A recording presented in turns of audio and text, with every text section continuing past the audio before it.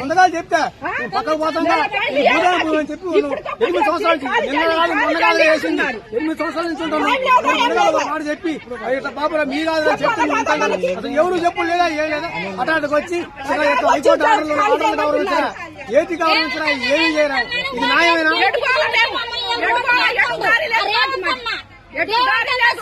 వీళ్ళందరూ అన్న అన్న అని ఓటేయబట్టి ఓటేసి మిద్దల మీద కూర్చోబెడితే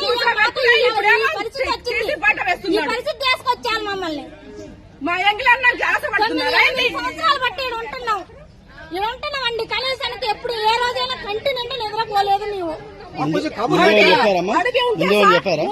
చెప్పలేదు